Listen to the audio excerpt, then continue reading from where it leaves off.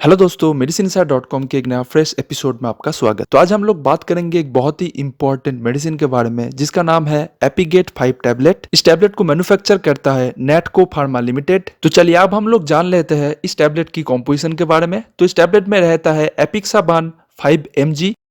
तो चलिए अब हम लोग जान लेते हैं इस मेडिसिन के प्राइस पॉइंट के ऊपर। तो इस पैकेज में आप लोगों को मिल रहा है 30 टैबलेट्स 855 रुपीज़ में, मतलब कि 28.5 रुपीज़ पर टैबलेट्स। तो चलिए अब हम लोग जान लेते हैं इस टैबलेट की यूजेस के बारे में, मतलब इस टैबलेट को कौन सा काम के लिए इस्तेमाल किया जाता है उसके बारे में।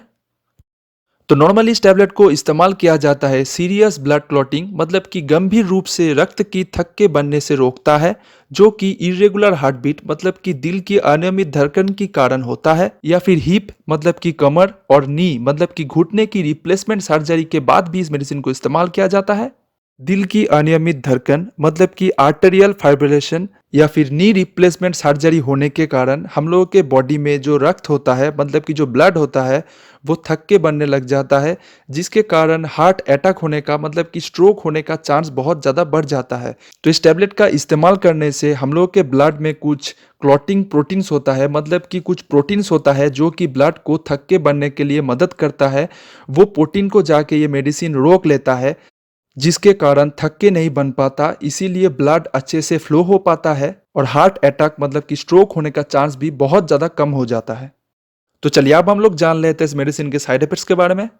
अगर आपको किसी भी तरह का घाव है जहां से ब्लड निकल रहा है तो इस मेडिसिन को इस्तेमाल करने से वो ब्लीडिंग रुकता नहीं है।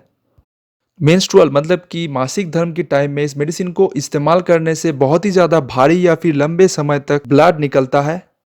इस मेडिसिन को इस्तेमाल करने से किसी किसी पेशेंट में बहुत ही ज़्यादा सिर दर्द होने लगता है या फिर बहुत ही ज़्यादा नींद आने लगता है, आँख में धुंधलीपन महसूस भी हो सकता है। तो चलिए अब हम लोग जान लेते हैं इस मेडिसिन के वार्निंग के बारे में, मतलब कुछ चेतावनी के बारे में, कब आपको ये मेडिसिन इस्तेमाल करना चाहिए, कब आपको ये मेडिसिन नहीं इस्तेमाल करना चाहिए, ये सब चीज़ के बारे में। तो अगर आपको किसी भी तरह का किडनी का रोग है तब इस मेडिसिन को इस्तेमाल करने से पहले डॉक्टर के साथ जरूर कंसल्टिंग कर लीजिए, क्योंकि इस मेडिसिन को इस्तेमाल करने से बहुत ही ज़्यादा सीरियस साइड इफेक्ट्स हो सकता है। अगर आपको किसी भी तरह का लीवर का रोग है तब इस मेडिसिन को इस्तेमाल करने से पहले डॉक्टर के साथ कंसल्टिंग करके डोज एडजस्टमेंट करना जरूरी हो सकता है, तो डॉक्टर के साथ जरूर कंसल्टिंग कर लीजिए। इस मेडिसिन को इस्तेमाल करने के साथ साथ आप लोगों को अल्कोहल का इस्तेमाल नहीं करना चाहिए, क्योंकि इस मेडिसिन के साथ अल्कोहल का इस्तेमाल करना आपके हेल्थ के लिए बहुत ही ज़्यादा डेंजर हो सकता है। अगर आप प्रेग्नेंट है तब भी इस मेडिसिन को इस्तेमाल करने से पहले डॉक्टर के साथ कंसल्टिंग कर लीजिए, फिर आप मेडिसिन को इस्तेमाल कर सकते हैं।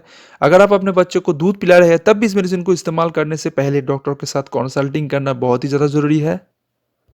तो चलिए अब हम लोग जान लेते हैं इस मेडिसिन के कुछ सब्स्टिट्यूट्स के बारे में, मतलब कुछ ऑल्टरनेटिव ब्रांड के बारे में। अगर आपको बाजार में ये सेम नाम का मेडिसिन नहीं मिल रहा है तो ये सब्स्टिट्यूट वाला मेडिसिन आप इस्तेमाल कर सकते हैं, जिसमें कॉम्पोजिशन सेम रहता है, इसीलिए एक ही तरह से काम करता है। एपिक्साबीड 5 टैबलेट, एलिक्विज 5 टैबलेट। तो चलिए अब हम लोग जान लेते हैं इस मेडिसिन के ड्रग इंटरेक्शन के बारे में, मतलब इस मेडिसिन के साथ कौन कौन सा ड्रग को इस्तेमाल करने से साइड इफेक्ट्स होने का चांस रहता है उसके बारे में। इस मेडिसिन को इस्तेमाल करने के साथ साथ आप लोगों को किसी भी तरह का एंटी प्लेटलेट ड्रग जैसे कि क्लोपिटोग्रेल, वारफायरिन जैसे ड्रग का इस्तेमाल नहीं करना चाहिए। उसके साथ साथ कुछ कुछ एंटी डिप्रेसेंट ड्रग जैसे कि फ्लुक्सिटिन, डेसवेनलाफ्लेक्सिन या फिर वेनलाफ्लेक्सिन जैसे ड्रग को इस्तेमाल नहीं करना चाहिए। उसके साथ साथ कुछ एंटी फंगल ड्रग जैसे कि इट्राकोनाजोल, कीटोक्रोनाजोल जैसे ड्रग को इस्तेमाल नहीं करना चाहिए।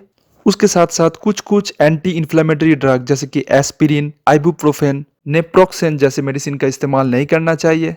और अल्टीमेटली इस वीडियो को खत्म करने से पहले आप लोगों से रिक्वेस्ट है कि इस मेडिसिन को इस्तेमाल करने से पहले आप किसी डॉक्टर के साथ या फिर फार्मासिस्ट के साथ जरूर कंसल्टिंग कर लीजिए, फिर आप इस मेडिसिन को इस्तेमाल कर सकते हैं। अगर ये वीडियो आपको अच्छा लगा तो इस वीडियो को लाइक कर दीजिए, उसके साथ साथ चैनल को सब्सक्राइब कर सकते हैं ऐसे इंपॉर्टेंट हेल्थ और मेडिसिन रिलेटेड वीडियोस के लिए। Thank you very much for watching, bye.